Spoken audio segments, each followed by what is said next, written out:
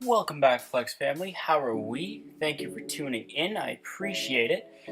Today I'm going to take you through a back workout of mine, a pull workout rather, that is made for all of you subscribers who are crunched for time.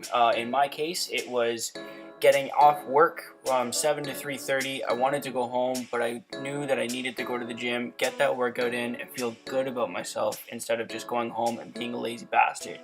So as I said, this workout was designed and performed in between 45 minutes to an hour depending on your rest intervals. So if you're looking for a quick back workout that provides a whole lot of pump action and muscle activation and hits all the target areas, this is for you. So as you saw, the first exercise was to warm up, get the blood flowing in the lats, was a traditional wide grip pull-up. I was actually using a closer grip this day just because I felt like it, but usually I use a wide grip. That was 5 sets of 8 reps just to get the blood flowing, as I said. Second exercise here, as you see, is a seal row, rather uncommon exercise. A lot like a pendulum row standing in the sense that it's supposed to take away any form of momentum whatsoever. So you're using simply your back muscles because you can't give yourself any momentum while you're lying on the bench like that, supine. So I did pyramid sets here with a 25 on each side, worked up to a 35 each side, and then finally 135 for sets of 6. Extremely hard. Make sure you do these nice and slow. My negatives were a little bit fast for my liking, but that was because I was totally fatigued. Third exercise here, as you see, it was a superset to save some time. I did a cable lat push down, I believe these are called, correct me if I'm wrong. Started off with 120 pounds, and by the 4th and 5th set, I brought it back down to 100 pounds to control it. Dropped the ego, kept the activation in rather than just swinging my arms. So remember guys, leave the ego at the door. It's all about the results, not how good you look in the gym, but how well you perform.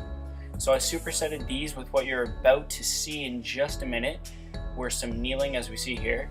Kneeling lat high rows. I really like these. I use a lat pull down bar actually, just about shoulder width, maybe just a little bit more than that, and I kneel. So it's almost a combination, a hybrid between a seated row and a lat pull down, in the sense that I feel it almost in, I want to say between my mid to upper back, but in a sense that it still feels like a lat pull down because you're coming from an almost vertical angle.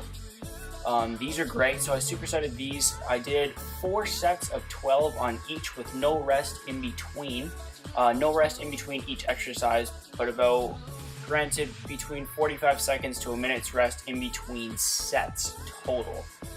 There's Kevin in the back doing lunges. He's just coming off a QL injury.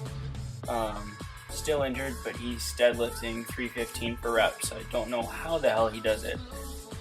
So that's that. The next exercise I moved on to was, just as I was talking about, a seated row, supersetted with a lateral Iso-Lat pull down, which is what you're going to see in a second. So the seated row, I did 4 sets of 10 to 12 reps using 120 pounds. Lowered the weight. I can usually do a little bit more than this, but I lowered the weight just to get a really good contraction. And remember, the key for this is to keep your scapula retracted. As you can see, when I'm bringing the weight forward, I'm not letting my shoulders slouch forward. I'm not creating a spinal flexion.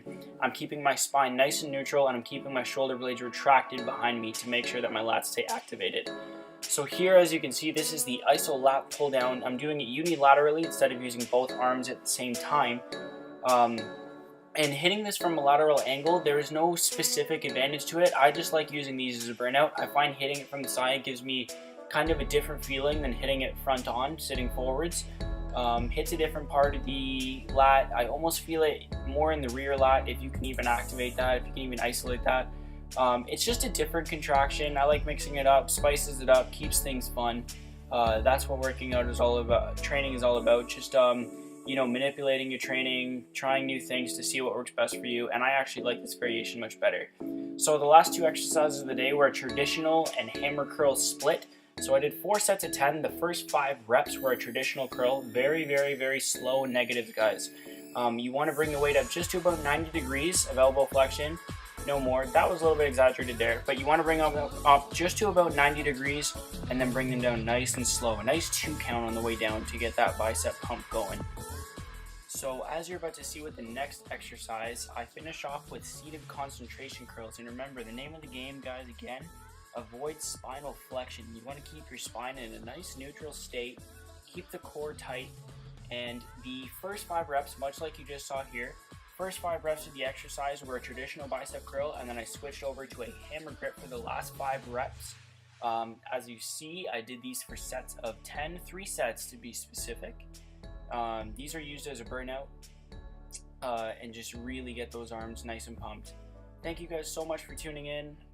I love you guys. Stay tuned for the next video. Like, subscribe. See you next time.